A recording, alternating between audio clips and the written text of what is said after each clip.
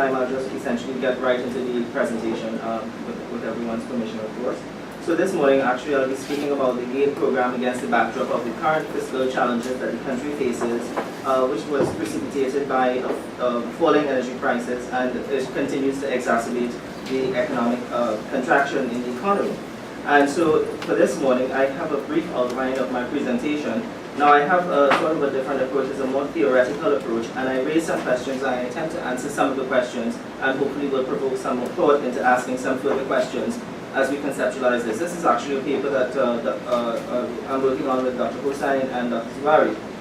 So essentially I'll do a brief introduction, a brief overview of the role of education in economic growth in developing countries, and then I'll talk about tertiary level education funding in terms of the Trinidad and Tobago landscape, the effect and sustainability of GATE, and more importantly, I think the important question needs to be asked, even though we talk about some of the implications of the modifications, actually who should pay for tertiary level education? Is it actually the student, the state, or should it be a cost-shared effort between the parents, the students, and the state?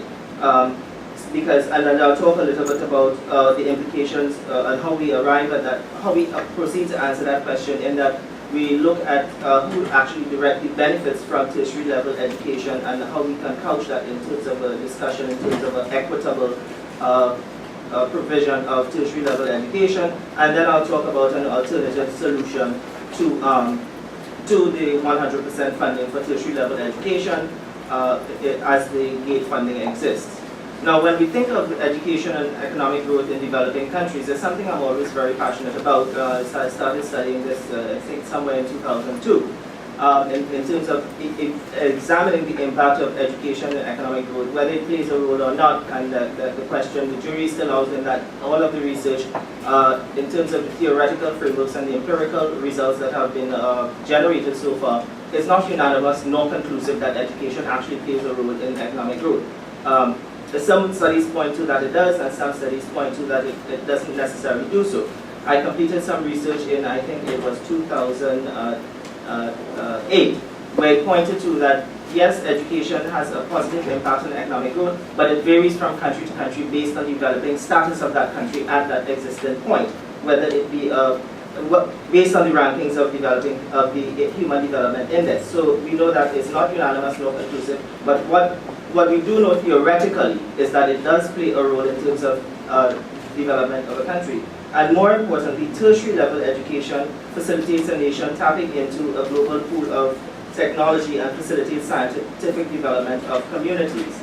Now, when we think of the historical landscape in terms of the provision of tertiary level education, now governments, based on the theoretical frameworks that have been out there, governments across the globe has realized that there is a need for investing in human capital. And note I always use the term investing in human capital and not spending on education. That is very important because it is an investment good, especially at the tertiary level education provision, at the tertiary level in terms of education. So governments, and consistently the government of Trinidad and Tobago over the years have realized that it is important to develop the human capital base in order to promote and sustain economic growth and development. Now, this is evidenced by the variations in terms of implementations of plans to fund tertiary level education. But for this, the purpose of this morning and for this paper, I'm focusing on the GATE program, because what we have noticed is that the government has made several attempts to provide tertiary level education through different schemes.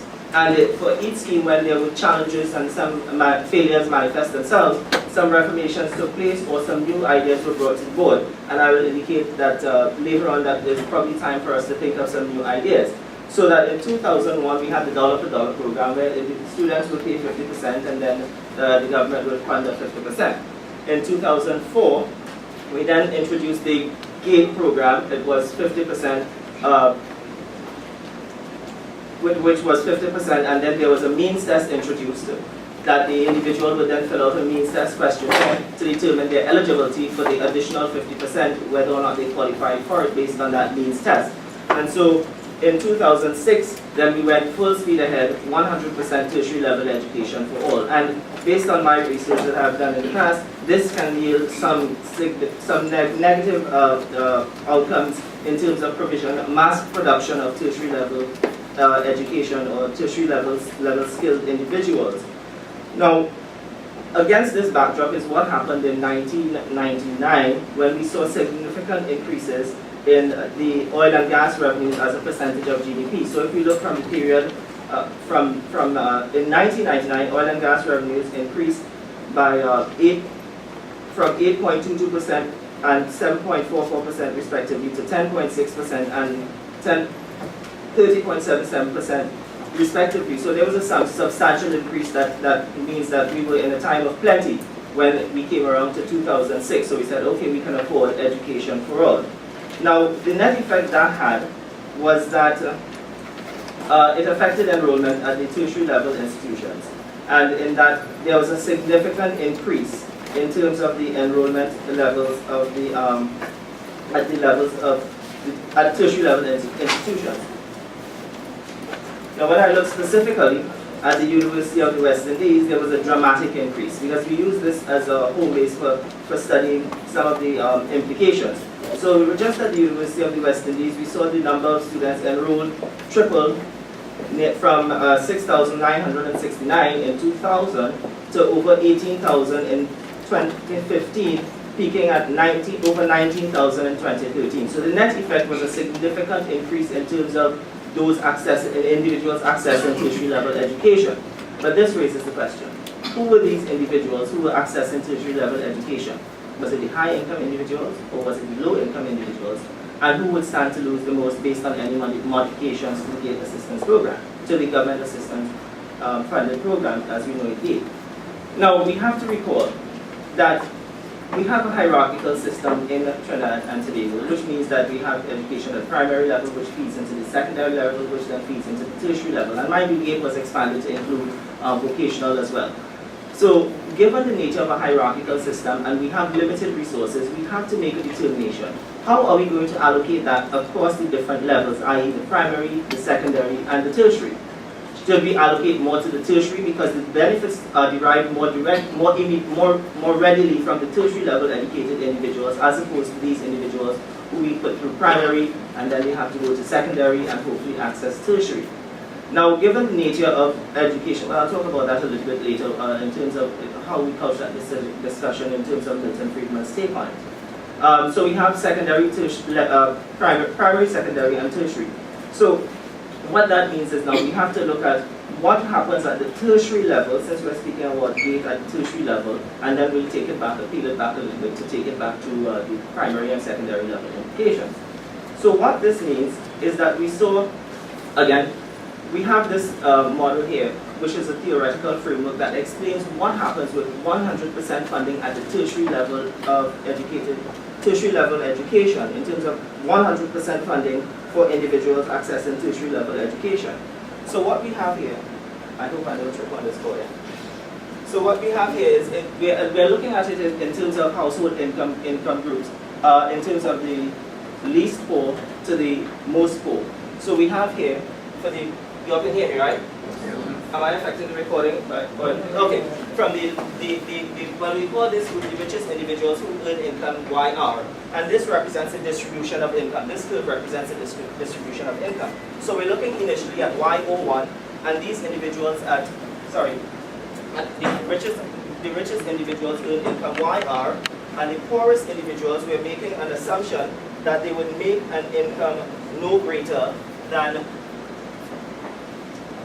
YD. So there's a differential essentially. I feel like I should sing now. We're looking at individuals now who are earning substantially less. Now what would happen is that with the implementation of that 100% funding on individuals accessing individuals who access tertiary level education, all individuals, remember all individuals get that 100% funding. So this simply means now we have two things to look at, a critical minimum and who receives it that exceeds that critical minimum in terms of what is required. So if we make a simple assumption that anyone who has an income above YUF, meaning those individuals would be able to access university level funding. Now with the implementation of the GATE program, this would shift the income distribution curve from Y01 to Y02. So that means now if anyone who is now making above YUF, they would be able to afford tertiary level education. Anyone making below YUF would not be able to access tertiary level education. Now, so we're going to make a few assumptions within this model implicit here. So we're saying that an individual in household YP, which is the core household, they are only earning YP. Let's call that YP. So they are only earning YP. So they should receive the differential between what is the minimum to access tertiary level education and their income. So that would be in the form of a subsidy for those individuals, had it been targeted. But it was not targeted. So this was the critical minimum required for those individuals, for the poorer individuals, to access tertiary level education, to bring them up to YUF so they can afford tertiary level education. Now it was applied to all. So this being the critical minimum. So those individuals above the critical minimum really could afford it on their own. But they were too grandfathered in by the 100% for all. So what happens is that they are receiving money that they don't necessarily need to access tertiary level education. So that means that we can foreseeably, we can possibly call B some level of wastage in that these individuals really don't need that money to access tertiary level education, which points to another challenge in that, another issue in that they would then be able to reallocate their resources in those households because they now have excess money, so they can access additional goods and services. So that is a simple framework that we have here. So again, we're exceeding the critical minimum by providing those individuals in that region. So A plus B would then amount to wastage of the region B. Now I have another graph here that I will explain, but I will come back to in a few minutes. So I have to put it back, I'll just hold it then.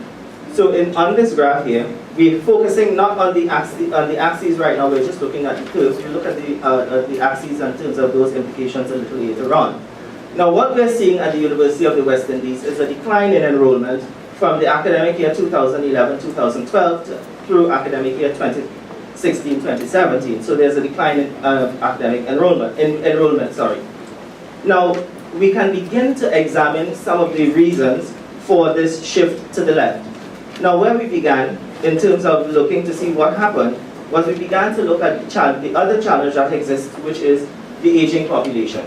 And with the aging population now, we have individuals in the age groups 15 to 29 and 30 to 59, there's been a steady decline in those groups in terms of the population in the demographics. And while the individuals in the group over 60 continues to increase. So what this actually means is that this is going to change the ratios in terms of how we allocate funding. Now this is not I mean, might seem a little bit oversimplistic in terms of trying, but we have to begin somewhere in terms of trying to see where these changes are occurring. So this now, we're seeing a significant decline in those individuals in that group that would normally be targeted in terms of mass campaign programs to enlist individuals or encourage them to apply to university. Now this declining population in that cohort, coupled with the significant increase in the number of tertiary level institutions across the country, means that now every university is competing for a smaller group, in a smaller pool, for a smaller pool of individuals. So we will see, most universities will foreseeably see some reduction in the number of individuals in terms of the intake. So this shifts the curve to D1, so we saw that reduction. Now this means here the difference between that original intake and that new intake means something else for us further down the road. So we'll see that quickly as we move down. Now, again, so far we've discussed the rationale or the importance of education in terms of economic growth. We've looked at some of the issues in terms of 100% financing or 100% funding for all in terms of it generates some type of wastage within the system. Now, given our current situation, we have to avoid wastage or minimize wastage, and what we actually need to do is allocate resources more efficiently in order to meet some developmental goals. So now we have to take a kind of peel back and see, okay, these are my development goals long term. these are the areas I have focused on in terms of the priority areas in terms of training needed, and this is how I'm going to allocate funding for that. We cannot simply go ahead or business as usual. So we now definitely have to regroup and think about where we will be going forward. Now, if we simply look at the existing revenues and the expenditure on GATE, what we're seeing is that revenues continue to fall, and precipitously, and then we're not seeing a precipitous fall in the number of individuals accessing tertiary level education at that 100% level of funding. So the government pretty much has answered this question in terms of making some modifications, because the government has realized, okay, I'm not able to sustain this in its current form, so I need to make some modifications. So they have begun to make those modifications, which are commendable in terms of beginning to think about ways to reform it. Now, what we have to do is really look at who are the individuals accessing GATE, and then talk a little bit about the modifications and what the implications are for those modifications. Now, when we look at the household budgetary survey, we know that one of the modifications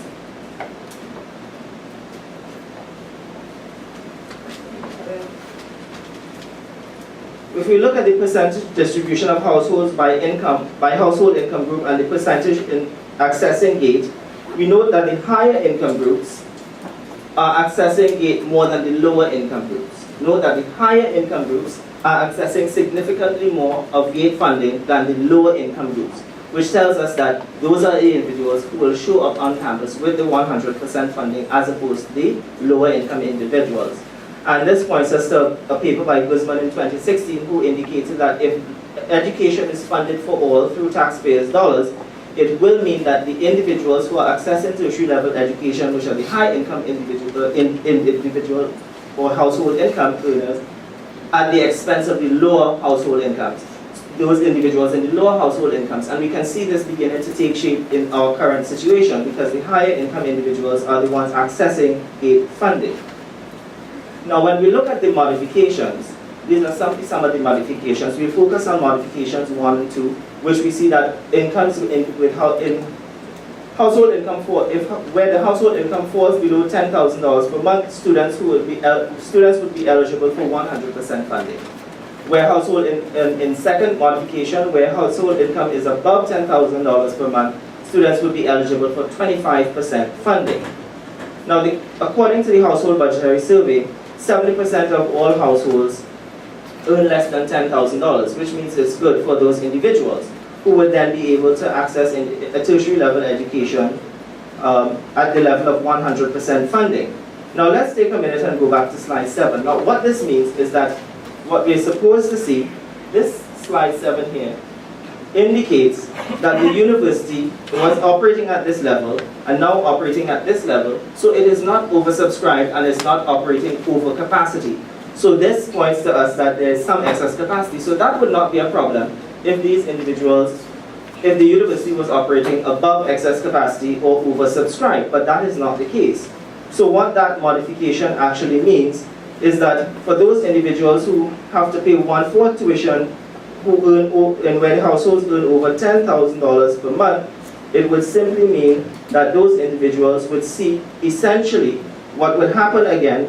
We would see a further reduction in enrollment from this level of 12,242, settling at some point even lower, because that 1/4 contribution that that student now has to make is going to push that price up a little bit. So as economic theory dictates, that we will see a fall again in enrollment. And of course, if we have the lower income individuals accessing tertiary level education, not accessing tertiary level education, it means, well, 3 minutes. It means that these individuals will then be at a greater disadvantage. Now, one of the things, to summarize, we looked at who received the benefits from GATE funding. And to answer that question, we need to understand whether education is a public good or a private good.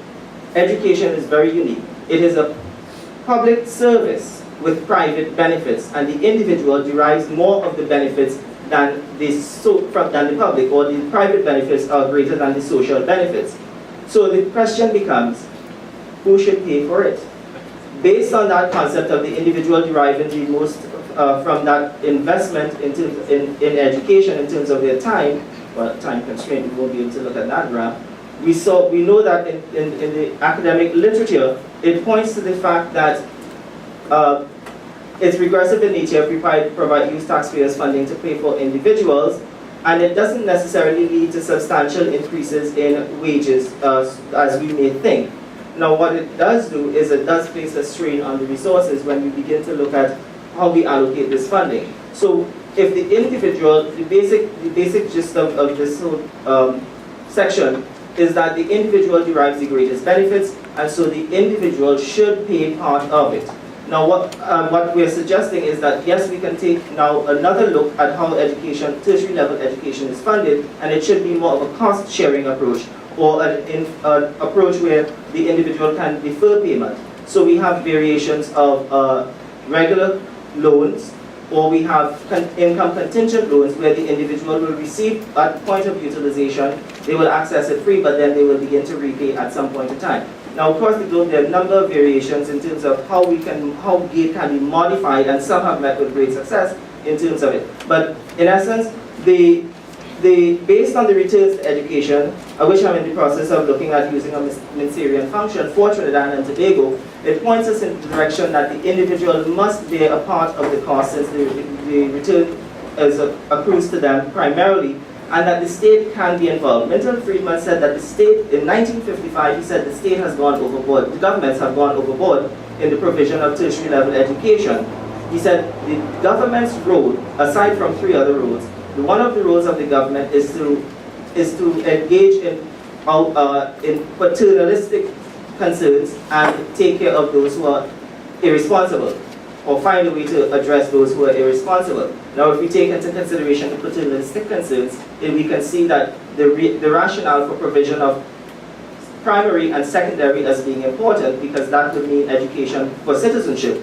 But beyond the secondary level, it becomes a private phenomenon because of the significant returns accruing to the individual. So the individual must engage at the tertiary level in terms of funding their own education, since they are the direct beneficiaries.